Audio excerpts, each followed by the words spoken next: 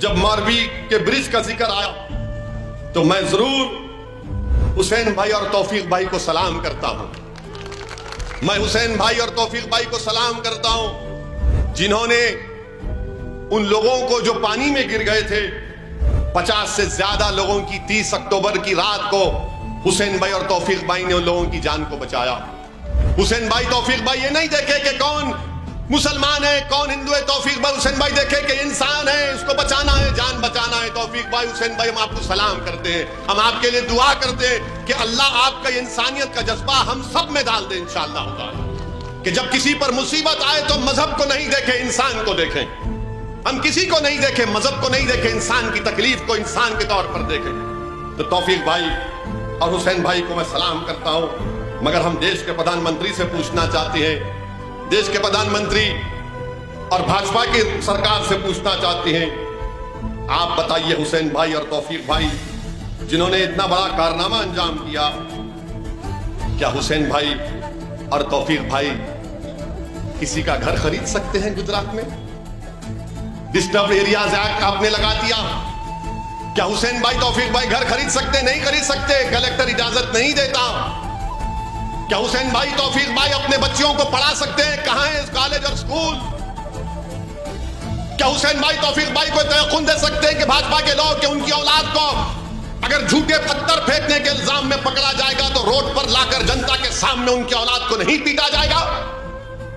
क्या भाजपा तयक़ुन दे सकती है?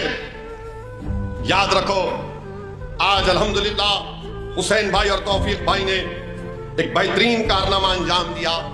क्या भाजपा ये कह सकती है कि हुसैन भाई तौफीक भाई को अगर एनआरसी एनपीए होगा तो हुसैन भाई तौफीक भाई से पूछा जाएगा कि बताओ भारत की शरीयत क्या है?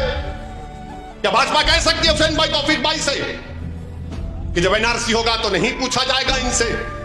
मेरे अजीज दोस्तों और बुजुर्गों, इस बात को याद रखिए कि ये तमाम चीजें हो रही हैं। मारो खेडूत બે હાથ ઉપર કરીને બોલે છે, આ ગુજરાત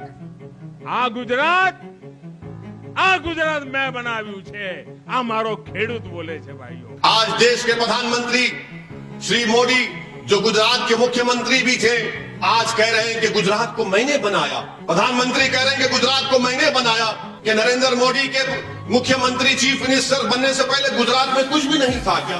गुजरात नहीं था क्या? अरे इस गुजरात को किसने बनाया? इस गुजरात को सौराष्ट्र की महिलाओं ने बनाया, इस गुजरात को डांग के आदिवासियों ने बनाया, इस गुजरात को वडगाम के दलितों ने बनाया, इस गुजरात को उस बन्नी के उस चरवाहों ने बनाया, इस गुजरात को समंदर के तूफानों में जाकर वो मल्ला जो मछली पकड़ता है उसने गुजरात को बनाया। अरे गुजरात पहले से था और मोदी जब थे जब भी है और उनके बाद भी रहेगा इंशाअल्लाह ताला। तो ये प्रधानमंत्री का बोलना कि गुजरात को मैंने बनाया, मुझे समझ में नहीं आया। हाँ, गुजरात में एक चीज मोदी ने बनाई, वो है मोरबी का ब्रिज उन्होंने बनाया जिससे 150 लोगों की मौत हो गई। यकीनन बनाया आपने गुजरात को नहीं बनाया, आपने गुजरात की जनता को बेवकूफ बनाया, आपने माया जाल दिखाया। और मोरबी का ब्रिज अंग्रेजों के जमाने का ब्रिज, 150 लोग मर जाते हैं, 50 बच्चे उसमें शामिल हैं, जिसमें 2 साल का बच्चा भी है। आप बोलते हैं गुजरात मैंने बनाया? देश के प्रधानमंत्री, आप प्रधानमंत्री हैं, आप कैसे कह सकते हैं कि गुजरात को आपने बनाया? मोरबी का ब्रिज फिर कैसे गिरा? कौन जिम्मेदार है उस ब्रिज का? 50 लोग, 50 बच्चे उसमें, रात के अंधेरे में ब्रिज गिरता है, कोई पानी में डूब के मर रहा है, कोई पुकार रहा है बचाओ मुझे, कोई रस्सी को पकड़ा हुआ है। आप सोचो उन लोगों पर क्या बीती होगी। हम उम्मीद करते हैं कि देश के प्रधानमंत्री मोरबी के पुल को और ब्रिज को भी याद रखेंगे। मैंने बनाया? आपने क्या क्या बनाया? हमको बनाया, सबको बनाया, इतना लंबा लंबा छोड़ा, सब बन गए।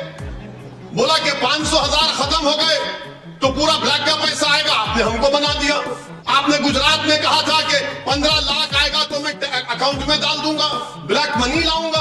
आपने कहा था कि 2 करोड़ नौकरियां दूंगा, तो देश के होम मिनिस्टर अमित शाह ने कहा कि वो तो जुमला था। सब चीज आपने हमको ही बना दिया।